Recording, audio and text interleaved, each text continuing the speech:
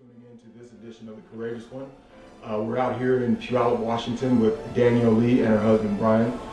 Danielle is an interesting character in that she has been suffering from multiple sclerosis for some time now, better part of 12 years.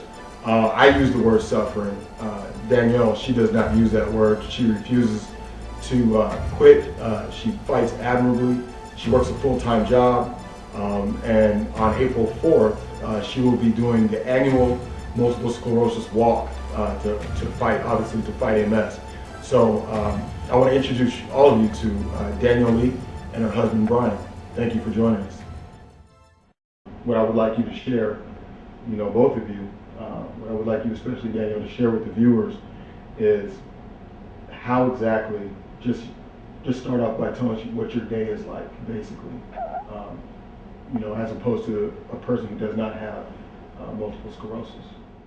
Some days it's a struggle. Some days it's harder to get up than it is on a day-to-day basis for most people. But you just keep going. There's days that I can barely walk. There's days that I can barely get out of bed. But you do it. You do it for your family. You do it for yourself. You do it for your sanity. Right. To feel normal, sense of normal. Now, in terms of the physical effects, what are some of the physical effects that this disease has caused you in terms of how you feel? Well, it affects different people different ways, but for me personally, I'm numb from my chest down. Okay. It's like when your foot's asleep and it wakes up and it's the pins and the needles. What's that like for you, Brian? Seeing your wife, go through this. She doesn't let me know what she's feeling, because she's hard-headed. But other than that, she's just learned to deal with it. Everybody has in family. One day at a time. Just, in an approximate sense, how many Americans are affected by this disease? Do you have any? I don't know how many, but from the statistics, the majority of them are in the state of Washington, and they don't know why. And it's mainly women from the ages of 26 on up, and it does hit men, but not as many men as women, and they don't know why either. Right.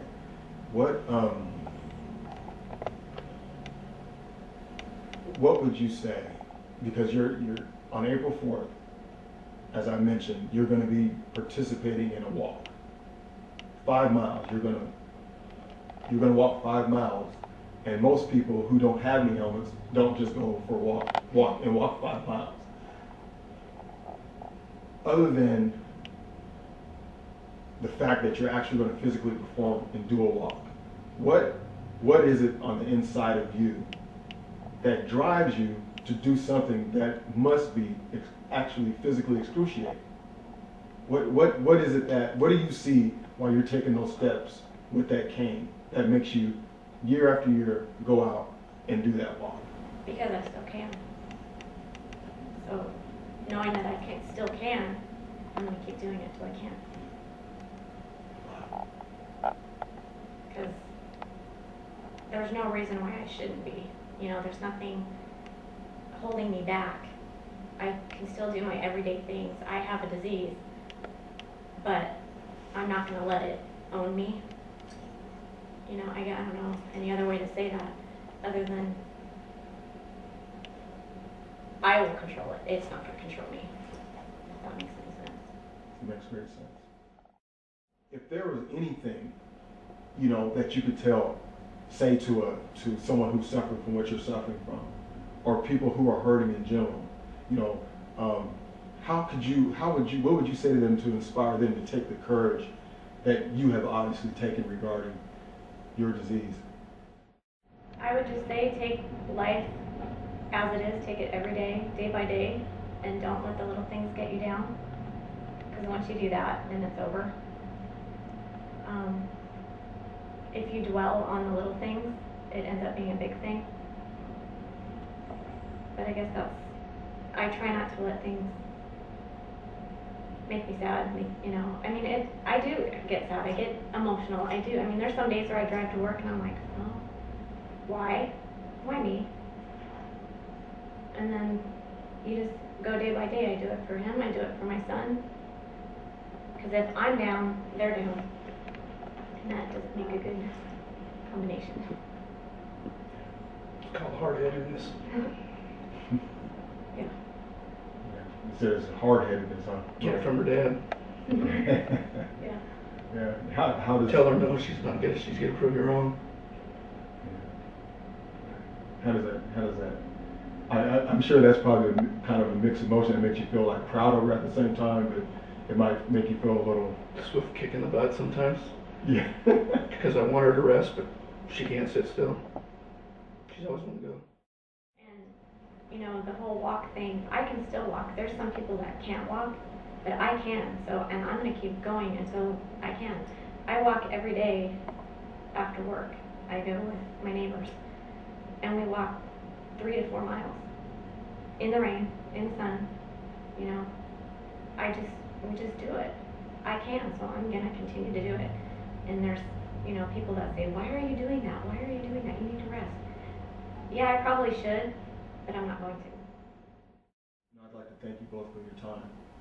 Thank you. Thank you. Yeah, this is You know, like, it's not about me. It's about everybody that has it. I don't do it for me. I do it for, well, I do it for me, but I do it for other people.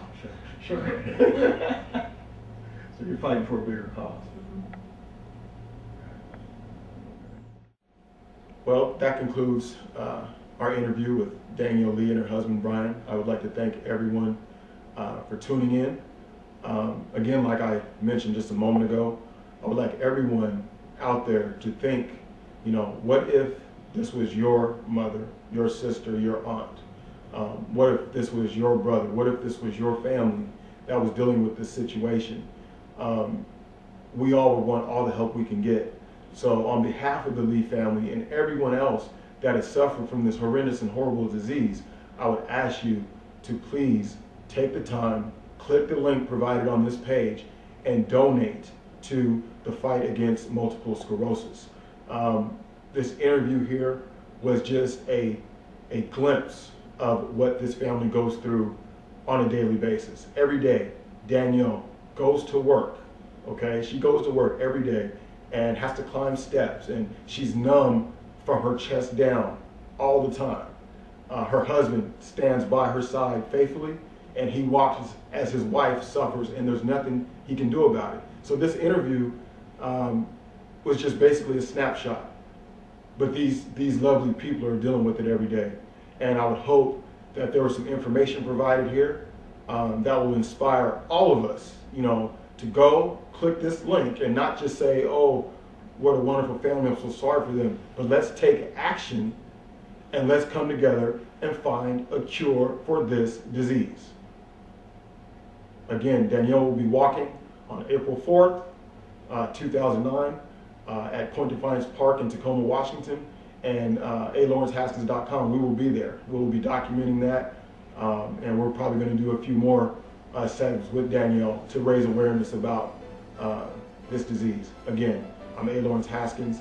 Thank you very much for tuning in to this segment of The Courageous Ones. Talk to you soon.